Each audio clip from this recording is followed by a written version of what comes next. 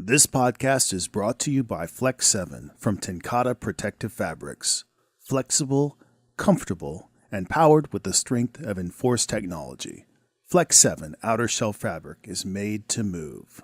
To learn more, visit tencatefabrics.com/Flex7. For all your medication and narcotic tracking needs, check out the LogRX app, created by career fire and EMS professionals. That's LogRX.com. So you have to look at it, and it's occupancy profiling and occupancy risk. Where's the highest risk that we want to identify and or size up when we're looking at this? And again, how well is this building going to perform? Part of the components of benchmarking that we talked about on a previous fire and training show. Well, greetings. Welcome to another edition of Fire and Training. I'm your host, Douglas Cline, and excited about talking on this show about an editorial that Chief David Rhodes, editor-in-chief of Fire Engineering Magazine, actually wrote about doing search training. The topic of the show was going to be on searching in the modern environment anyway, and it just kind of coincides.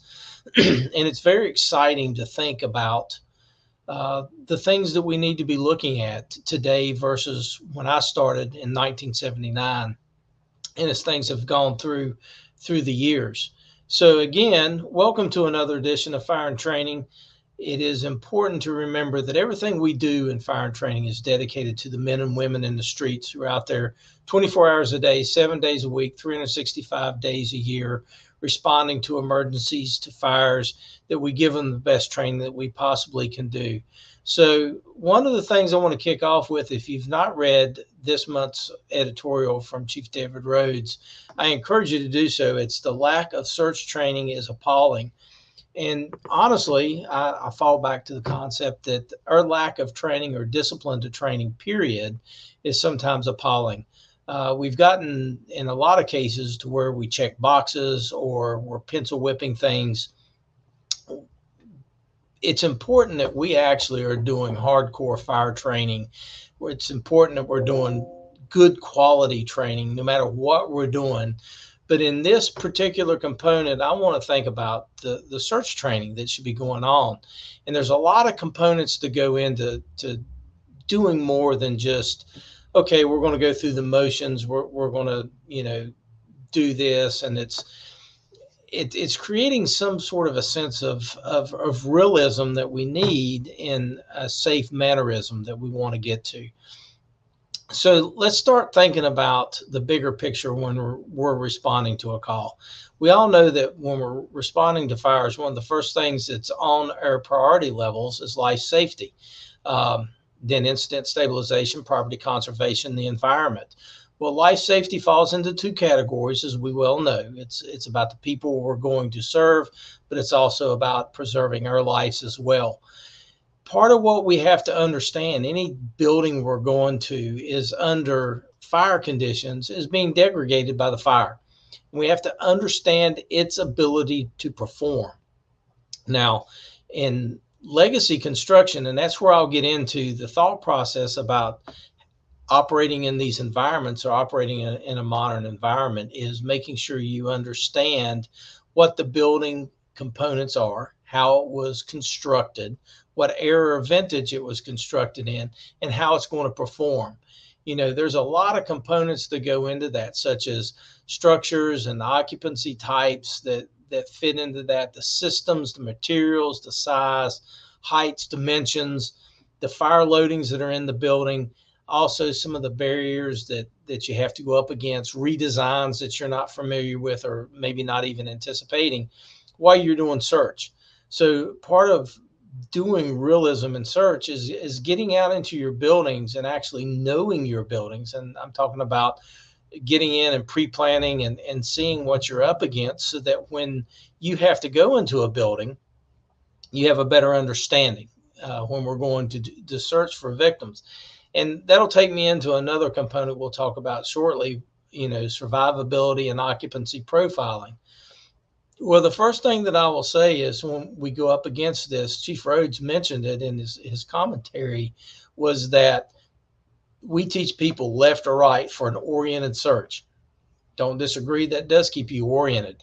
But we also have hose lines that are oftentimes going in. There's search ropes. Some of this was even formulated. This whole concept of left or right hand searches was done prior to thermal imaging cameras. Now, technology can fail. I understand that wholeheartedly, and you don't want to depend on just your technology alone. You have to have a sense of where you're at in the building. You have to have some type of orientation. But we also, in some of the buildings we're going into, especially residential, you're within feet of, in most cases, windows that you can go out of. Even on multiple stories, if we're doing our techniques and our tactics right with laddering of the buildings, it gives you a means of egress. So we have to stop and think, what is really in the context of what we're doing, how we're doing it. And we need to train appropriately. You know, one of the examples that I get into of thinking about training appropriately is if you're a volunteer agency and you're responding maybe with 3 people or 4 people initially on the scene, your fireground operations and your search operations are going to be different than if you're dumping, 10 or 12, 14 people, 20 people into a scene within the first 3 to 4 minutes of the initial arriving company getting there. It's a completely different ball game. And I think that's part of what we have to get into our understanding is that we've seen the studies that UL and NIST did that shows the efficiency of more manpower or the amount of crew integrity that you have with the number of people that you actually have on the scene. So another side of the fence that I get into is as we're thinking and operating about this, it's no longer just a brute force or a sheer physical determination. It's about being very tactical and strategic in what you're doing in your fire operations, but also in your search operations as well. When I talk a little bit about the building and is the building occupied. If you're on a single family dwelling and there's 2 people who live there, they're saying, hey, nobody else was at home, we're both outside. The sense of urgency of searching that building is less than you pull up and there's nobody standing outside. So you have to look at it, and it's occupancy profiling and occupancy risk. Where is the highest risk that we want to identify in our size up when we're looking at this? And again, how well is this building going to perform? Part of the components of benchmarking that we talked about on a previous fire and training show is when do we start doing benchmarking in time increments? And one of the things that we came to the conclusion of is from the time of dispatch, based upon the predictability of the performance and how it was actually constructed. So as we continue thinking through some of these pieces and predictability, and what we know is what is the survivability of the space. Now, I can put up 2 good scenarios, and I use these in both seminars like I teach, but also in conversations with people. Is I had a case that I went into, I don't know, probably 20, 25 years ago, that we walked in, very light smoke. It was a plastic vent on a dryer that actually was burning. Little old lady went back. She laid down on her bed. Basically, she told us that she went back there to lay down to die. We went in, we grabbed her, we pulled her out very quickly. Within a week, she succumbed to the toxicity of the smoke due to, developing pneumonias and things. Fast forward into like 2013, run a call in a condominium complex, kind of a row style condominium, fire in the middle, 2-story, confirmed entrapment upon arrival. Individuals come in, last known location, do everything picture perfect. Deployment of hand lines, deployment of a search crew to the 2nd Division where she was last known to be.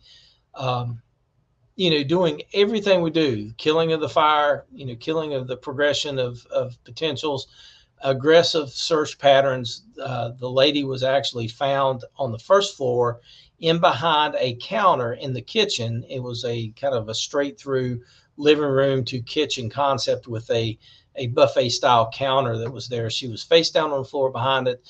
They grabbed her, drug her straight out the back door into the fresh air, sent this individual to a burn center because of the respiratory involvement.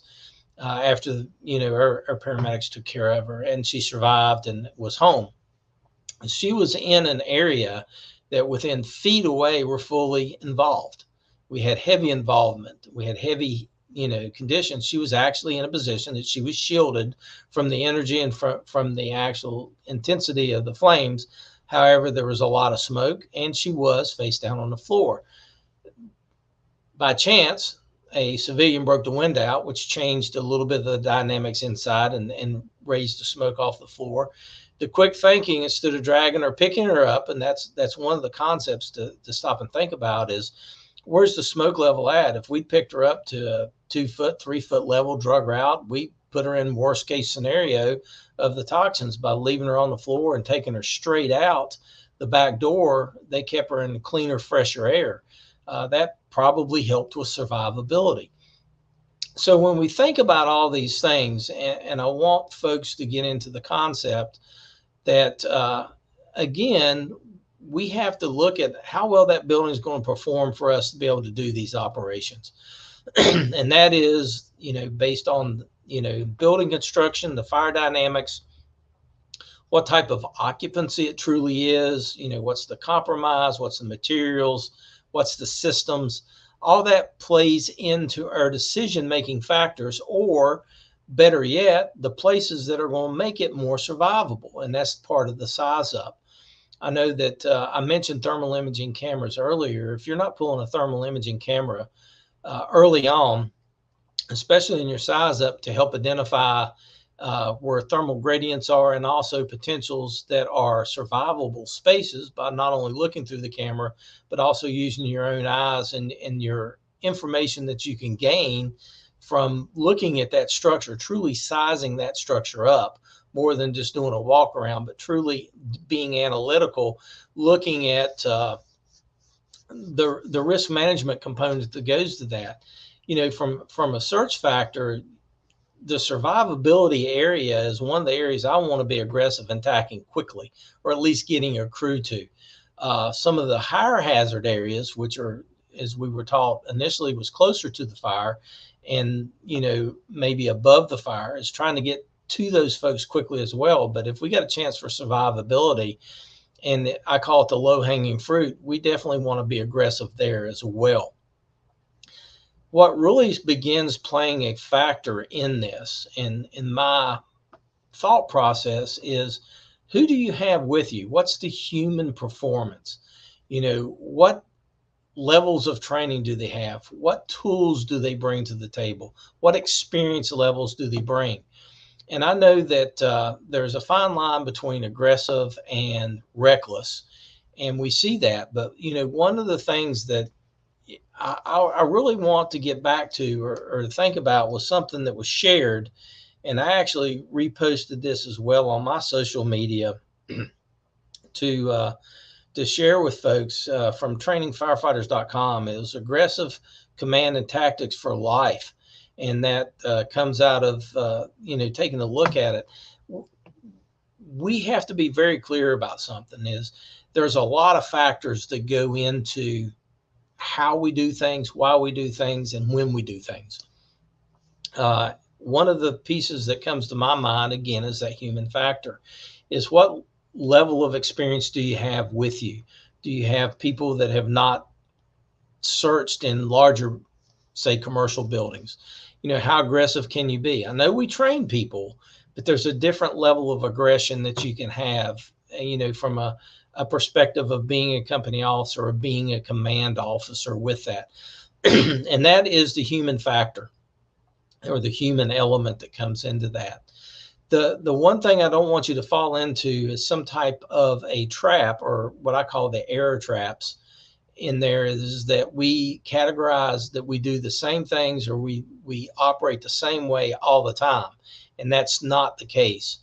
Even in searching, part of the training is we need to train people how to search in different types of buildings and how to search under various types of conditions, and how to gain access very quickly, how to read the conditions, how to actually extricate victims from those areas. One of the perfect examples that people get into and probably don't do near enough of is the vent enter search components. And of course, we know that from fire dynamics, you want to isolate that room to give you the best chance of survivability.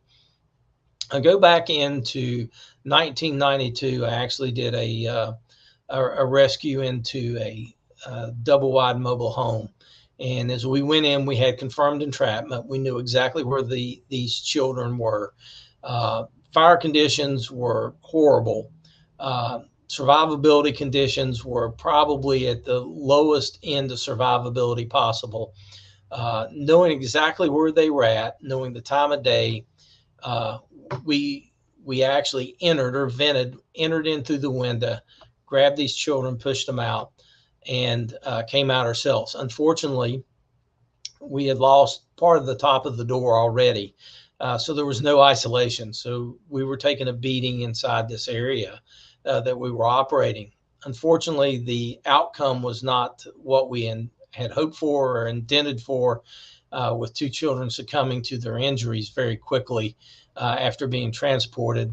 Us sustaining some injury, damaging gear, but we were being aggressive. We knew exactly where we needed to be. The factors that played in hot washing this and going back through a post-incident analysis with the incident commander and the crews that were on scene was the human performance we went back to, but also the situational awareness or the safety management component that we had of understanding, all the practices, the competencies, the skills, those type of things that we could actually go back, or the incident commander could go back to, looking at the process of being able to say, I had competency on the scene to be able to do this. I had folks that were experienced in doing this. And that falls into a command management or command oversight. And again, part of what I want to go back to in talking about training on searching is, how often do you train, and at what intensity level do you train? At what levels, or how frequently do you actually engage in this? For departments that run a lot of volume, that run a lot of fires, that do a lot of searches, you still need to train. A lot of people say, well, we're proficient in that. We do it all the time. Okay, great. Get better at it. Do different training scenarios. Train with different groups of people. Train in different concepts. You never know what you're going to run up against. And part of what we fall into is that complacency factor that we go to, quote unquote, our cookie cutter or routine fires. I don't like that concept. I don't like folks to say that, this is just a routine fire. There's no such thing as a routine fire. There's always different elements. There's always different factors to play in that we have to take into consideration. And that's when you get complacent, is one of those errors and traps that I was speaking of. So, part of what we want folks to be able to identify is, what type of occupancy profiling is it? Do we have a multifamily dwelling, or we're going to have to do multiple rescues? Is it rescues versus evacuation? We take that and then couple it to survivability, which is critical in our decision-making process. If you got an entire area that is fully involved, floor to ceiling, high heat components, there's really not a chance really of survivable pieces. I go back to that gray area though. Again, it's got to be searched. Maybe you've got to put water on this fire before you can search it. But there are areas that may be adjacent to that have a much higher survivability based upon the profiling, whether it's single family, whether it's multiple family, whether it's commercial, whether it's industrial, whether it's assembly.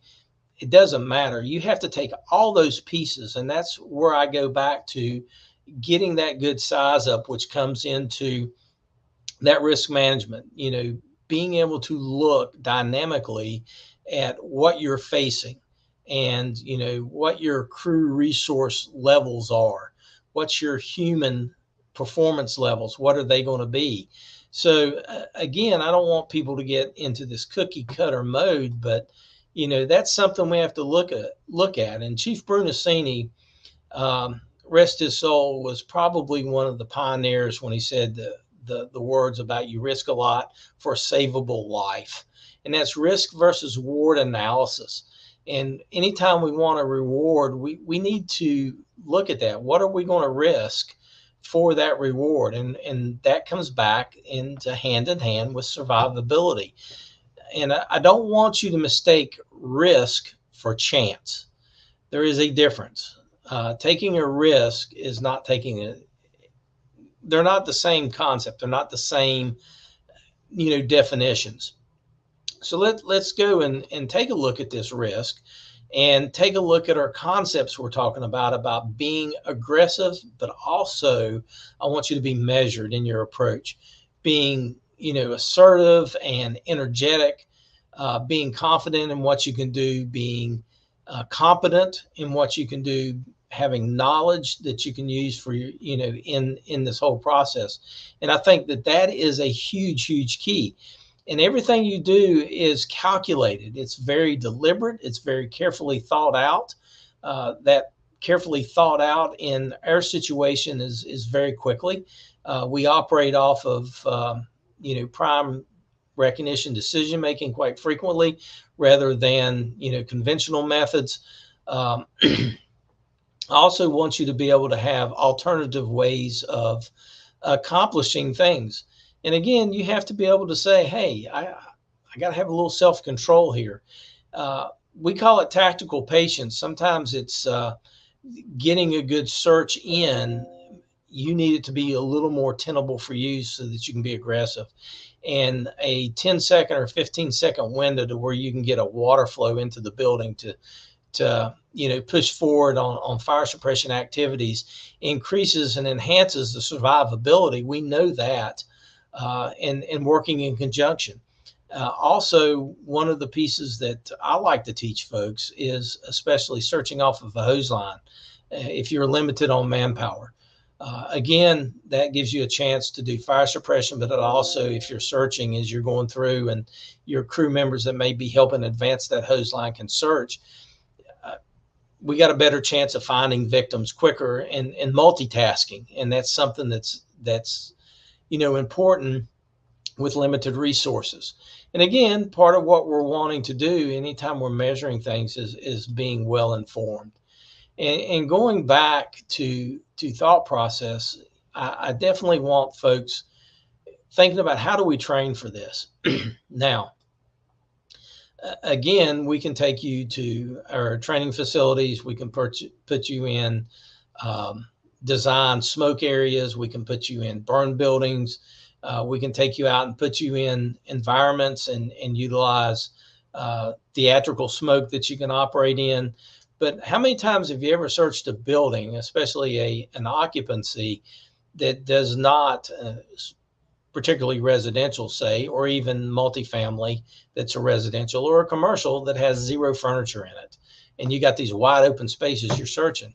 Well, that takes away from the realism of actually searching for that type of structure. But again, as I talked about it, you could get into some large areas like warehouses, things like that could have large aisleways or passageways that you have to go through, large storage areas that could be vacant or have very minimal amounts of things in. So that changes the dynamics of what you're and how you're going to search.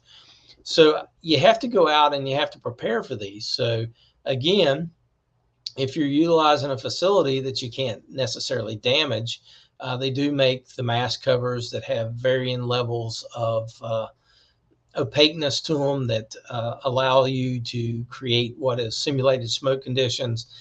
Theatrical smoke has been used. And I go back to this type of training exercise. As a fire chief, I had people that were saying, oh, we would do this, we would do that.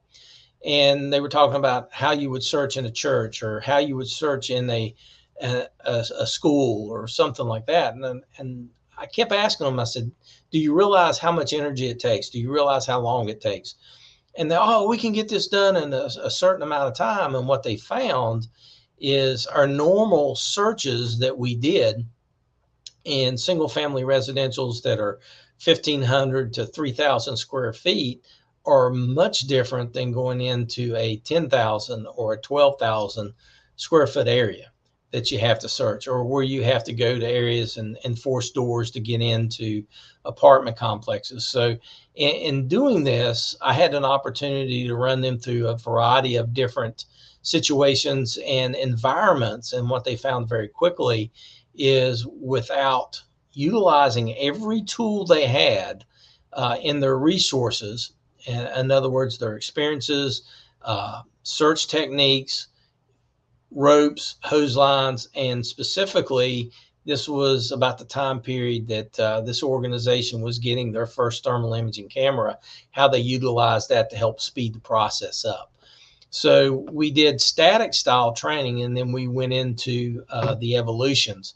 And into the evolutions, we progressed in what I call a clean environment evolution into the not so clean environment evolution, to where we simulated certain conditions inside the building. What they found was the level of effort that it took in these larger buildings or different situations, and the change between a 1,500 square foot house and a 3,000 square foot house, how much more effort it took, how much longer it took, the types of simulated conditions we could throw at them were changing.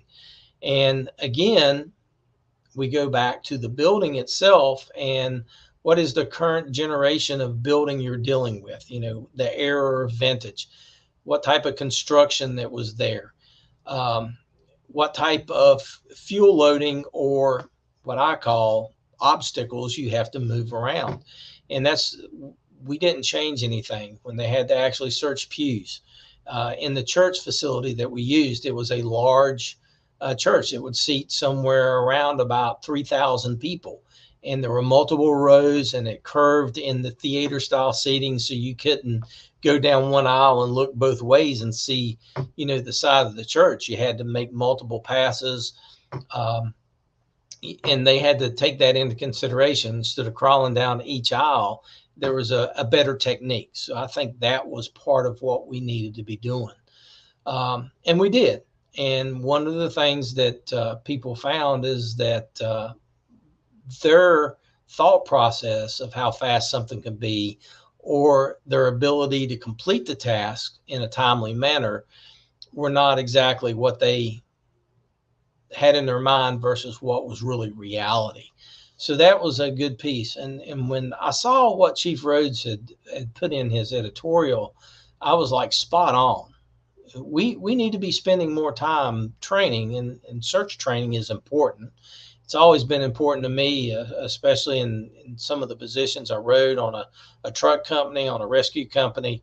That was a big piece that we always did, that we were focused on, all those components.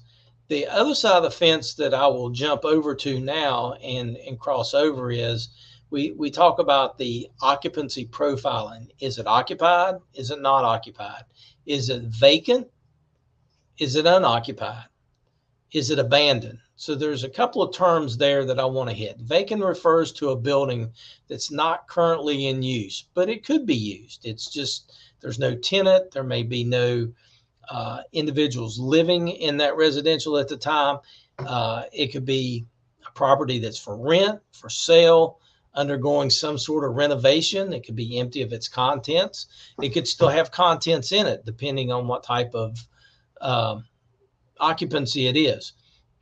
But there are some inherent value that goes with that. And as we go back to the concept of, are there people that are squatting, or what we call the vagrants that go in, or the homeless that could be in one of these buildings?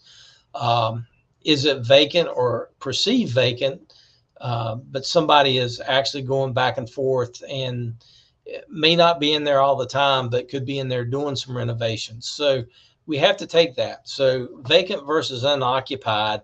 An occupied generally means the building is not occupied by any persons at the time something occurs.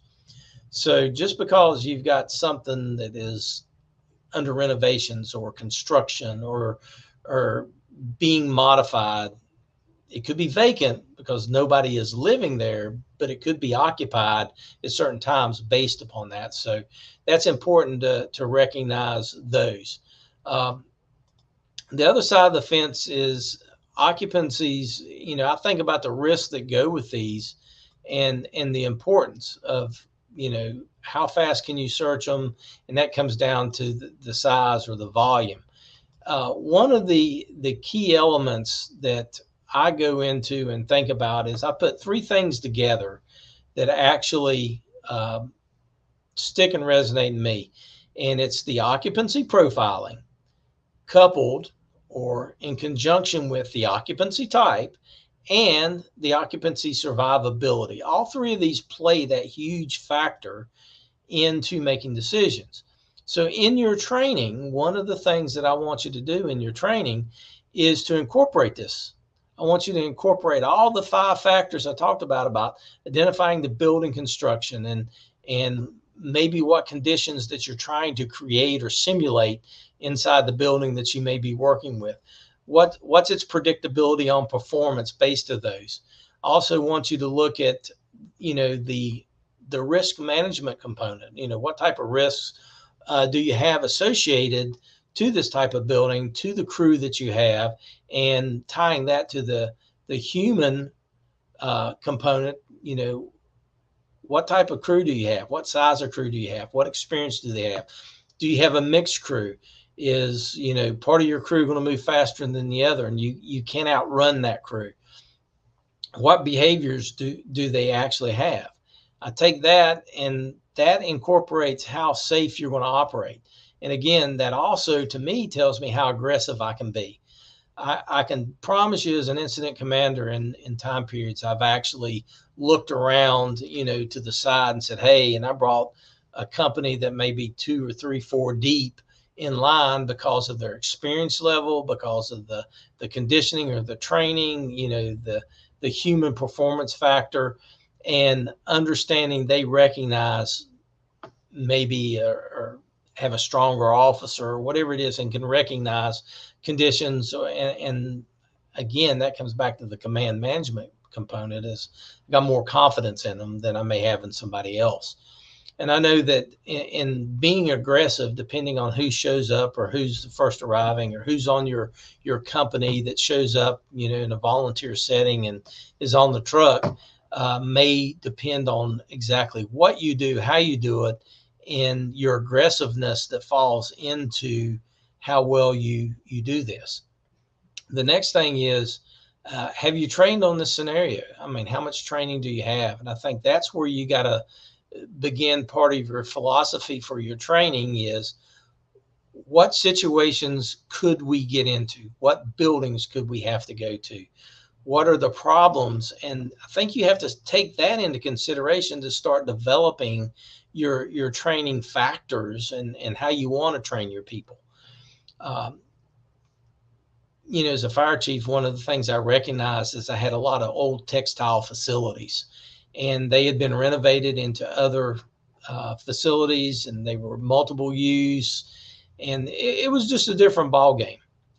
When you start looking at changes that have occurred, we know that we've had changes that have been made in some of these buildings that were never run through code enforcement and building codes and fire codes, and changes have been made, and that has led to line of duty deaths. Salisbury, North Carolina was one of those examples that I can go back to.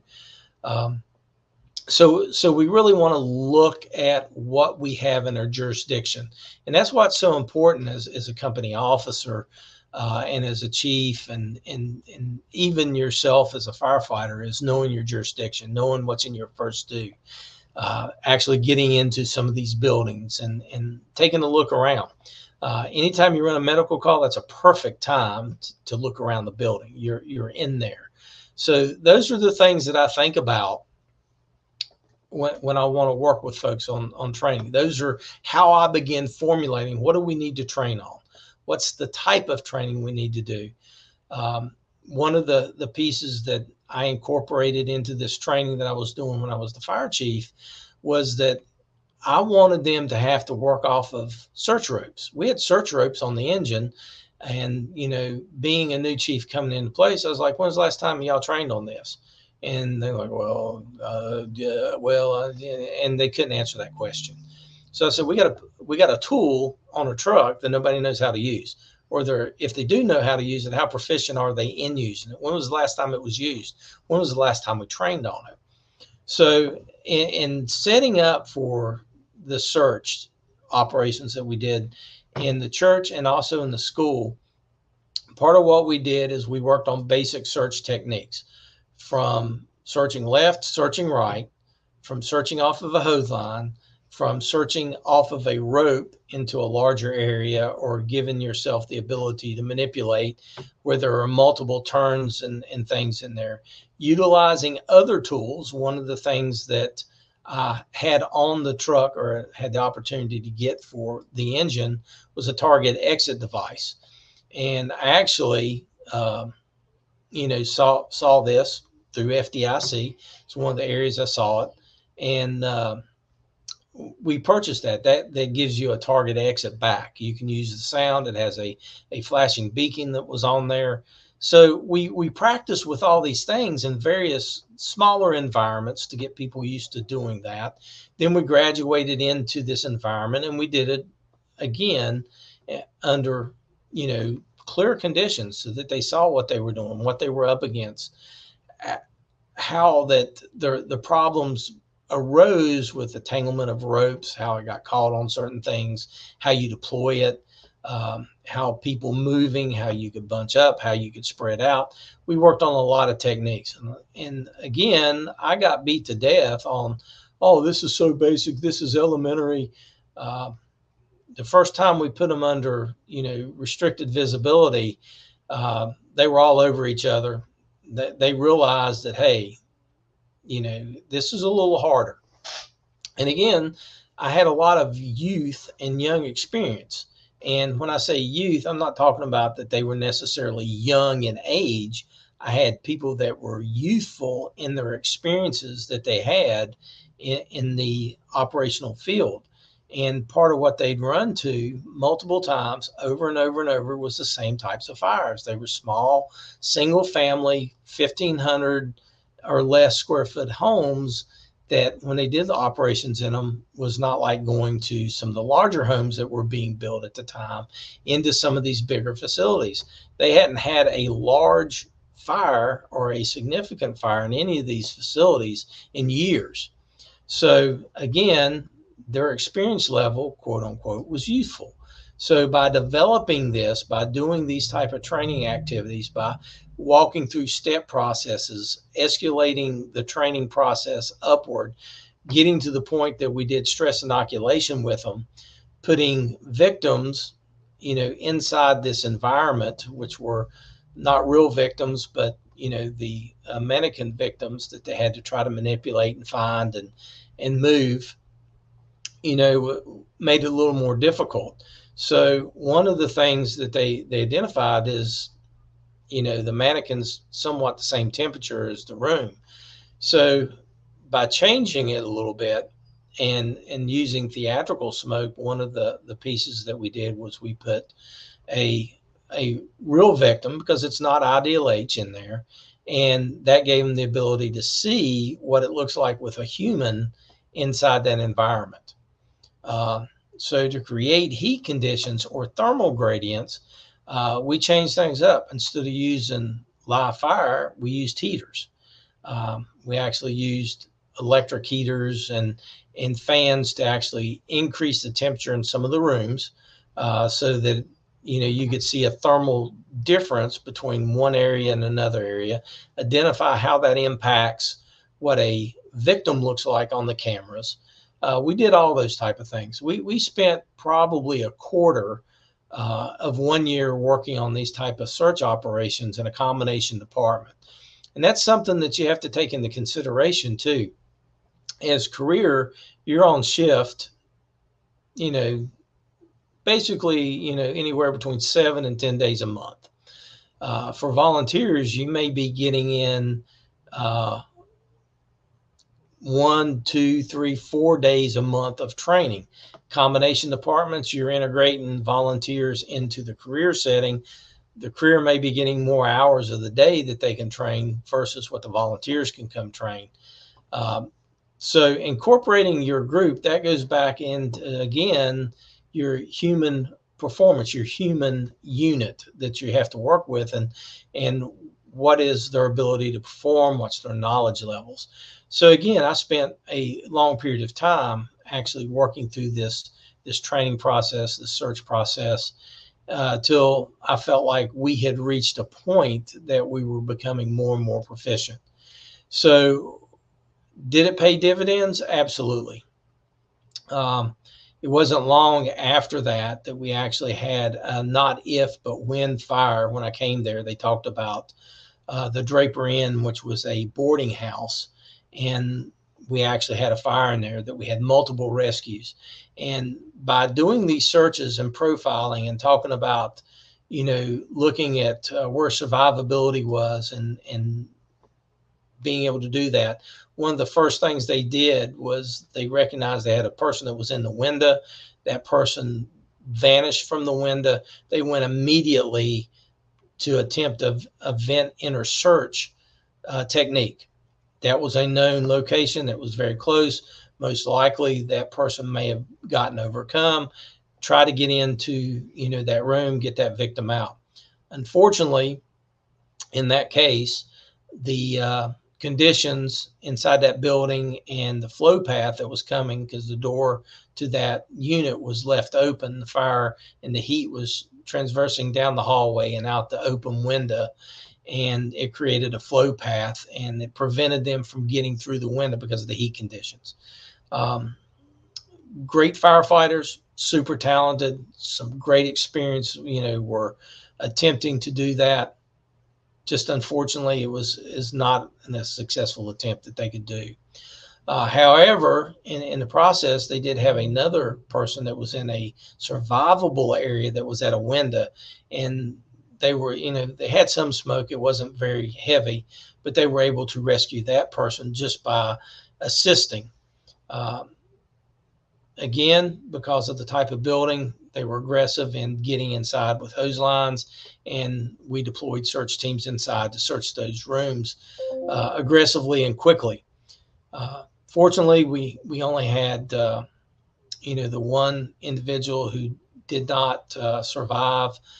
We had others that evacuated and got out of the building. We were able to perform a rescue from the building. That was a good grab of those guys.